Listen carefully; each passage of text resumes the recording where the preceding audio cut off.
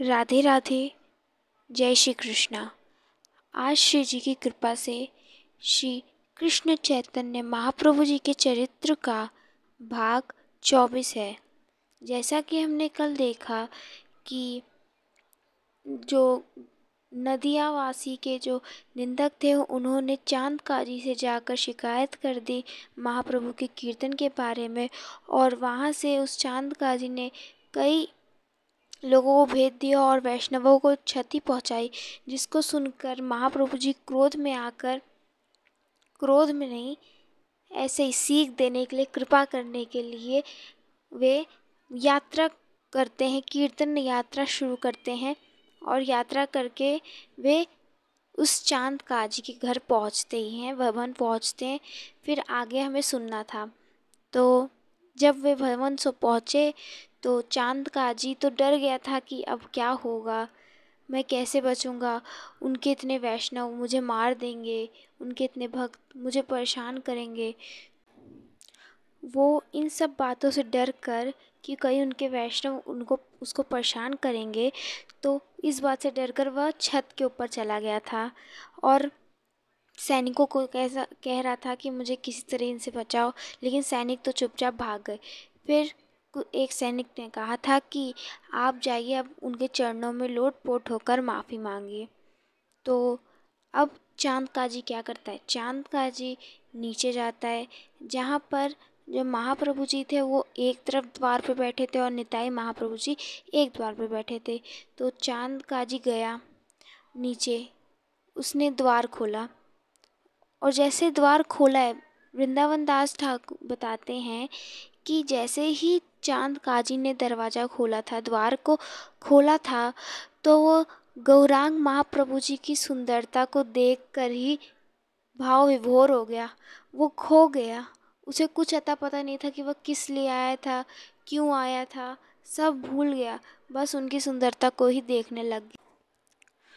तो चांद काजी उन्हें देख रहे थे और महाप्रभु जी उन्हें देख रहे थे। महाप्रभु जी क्या कह रहे हैं, हरि बोल, हरि बोल, हरि बोल। तो वो भी उनके पीछे क्या बोलता, हरि बोल, हरि बोल, हरि बोल। महाप्रभु जी कहते हरि बोल, चांद का जी कहता हरि बोल। वो भी उनकी, जैसे कि वो उनको देखकर मंत्रमुग्ध हो गया था, वो सब होश आवाज़ भूल गया। तब चैतन्य महाप्रभु जी ने प्रश्न किया कि ये तुमने क्या किया चांद का जी, तुम्हारे यहाँ कोई आया, कोई अतिथि स्वरूप आया और तुम तो छत पर भाग गए, हमारा थोड़ा भी सम्मान किया नहीं, अतिथियों का थोड़ा भी सम्मान तुमने नहीं किया, ये तुमने क्या किया। तब चांद काजी कहने लग गया हाथ जोड़कर, हे प्रभु, मैं नहीं जानता था कि आप इतने दिव्य हैं, और मेरे को डर लग रहा था कि कहीं आपके ये जो सारे भक्तजन हैं ये कहीं मुझे परेशान ना करें, ये कहीं मुझे मारे ना। लेकिन जो चैतन्य महाप्रभु जी थे वे तो रोष किए ही नहीं थे, वे तो कृपा करने के लिए आए ही थे, वो तो एकदम सहज स्वभाव के।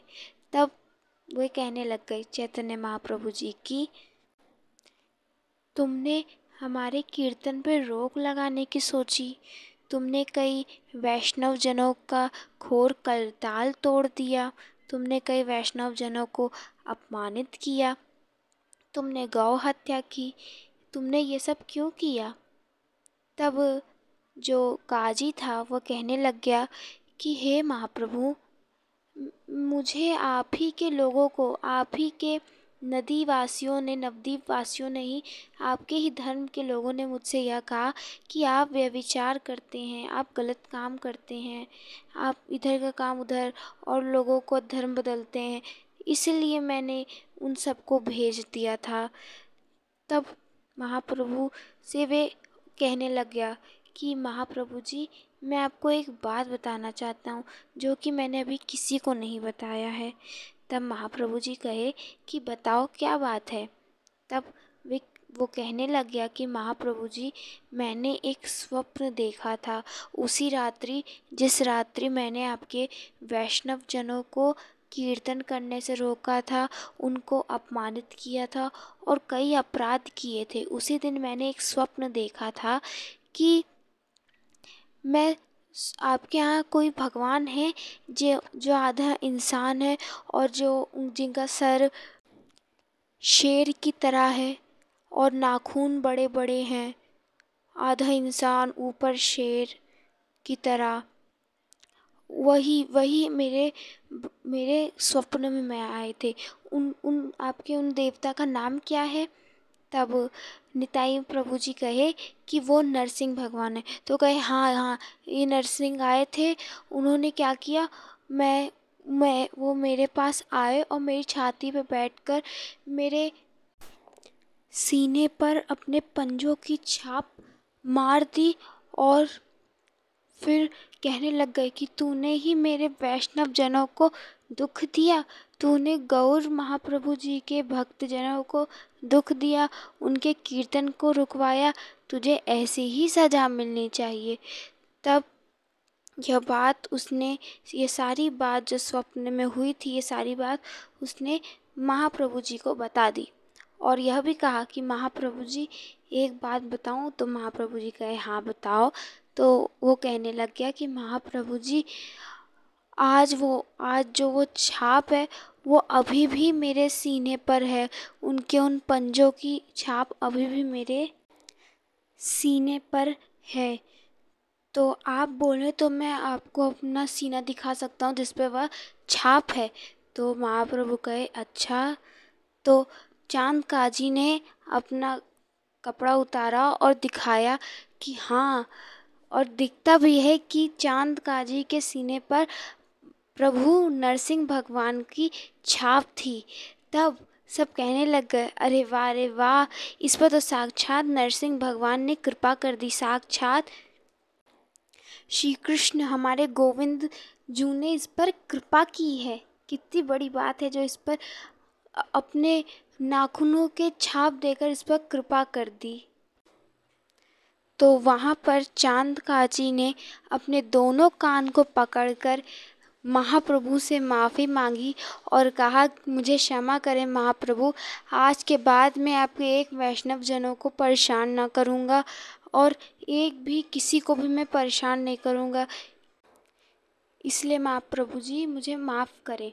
और मैं आपको एक बात बताना चाहता हूँ कि यह जो मेरे वक्ष भाग पर यह जो निशान है, यह निशान मुग़ल सरकार की ओर से हम आपको यह निशान छपवा कर आपके लोगों को देंगे।